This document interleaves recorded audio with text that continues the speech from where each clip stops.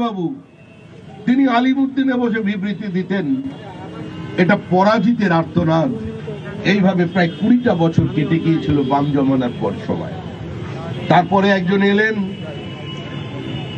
তিনি এলেন, দেখলেন, জয় করলেন, জন্ম নিলেন যার হাত ধরে, প্রথমেই তার সঙ্গে বিচ্ছেদ। প্রথমেই তিনি এসে ঘোষণা করে দিলেন, বিজেপিকে আমি কোনো সাম্প্রদায়িক দল বলে মনে করি না, কিন্তু আমি জোটে যাব না, আমি আসন সমঝোতায় থাকবো, আমার যেমন বেনি তেমনি রবে, চুল ভিজাবো না। আসন সমঝোতা করলেন, নির্বাচনে প্রতিদ্বন্দ্বিতা করলেন, সরকার পড়লো, আবার একটা সরকার, সেই সরকারে জোট তৈরি করলেন, অটল বিহারী বাজপেয়ী, লালকৃষ্ণ আদবানির ছবি নিয়ে প্রতিদ্বন্দ্বিতা করলেন। আবার সেই সরকার ক্ষমতা থেকে চলে গেল, একমাত্র সেই জোটে উনি দক্ষিণ কলকাতা থেকে জয়ী হয়েছিলেন। আর গণতন্ত্রের প্রতি তার আস্থা ছিল, নিষ্ঠা ছিল, ভালোবাসা ছিল।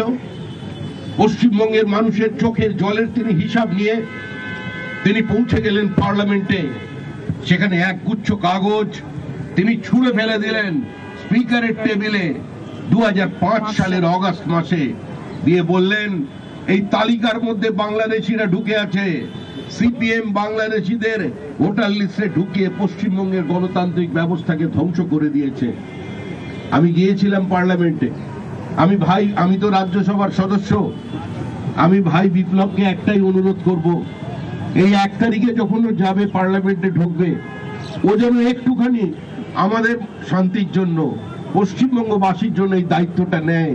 ওই কাগজের বান্ডিলটা ঠিক এখন কোথায় আছে, কোন সেক্রেটারির অফিসে আছে, সেটা খুঁজে বার করে দেয়। আমরা এই জায়গায় দাঁড়িয়ে আজকে নির্বাচন করছি, মানুষ ভোট দিতে যায় আনন্দের সঙ্গে। ভোট তো একটা উৎসব। গ্রামের দিকে মহিলারা নতুন শাড়ি পরে ভোট দিতে যান। আর পশ্চিমবঙ্গের নির্বাচনটা আমরা কি দেখছি, একটা প্রহসন। ভোট মানে আতঙ্ক, ভোট মানে বোমা, ভোট মানে খুন, ভোট মানে ভোট পরবর্তী হিংসা, ভোট মানে গণধর্ষণ, ভোট মানে গাঁজা কেস, ভোট মানে পুলিশকে সঙ্গে নিয়ে শাসক দলের চোখ রাগানি, ভোট মানে দোকান বন্ধ, ভোট মানে মাথা নেড়া করে নাকে খড় দেওয়া, ভোট মানে দোকানাবিদ বন্ধ করে দিয়ে এক ঘরে করা, ভোট মানে জেসিবি মেশিন দিয়ে বাড়ি ভেঙে দেওয়া, ভোট মানে আজকে বিরোধী ভোটারদের নিজের রাজ্য ছাড়া করে দেওয়া। আজকে এর বিরুদ্ধে এই তরুণ প্রজন্ম যারা এখন ভোট দেবেন প্রথমবার, আজকে তাদের সচেতন হতে হবে।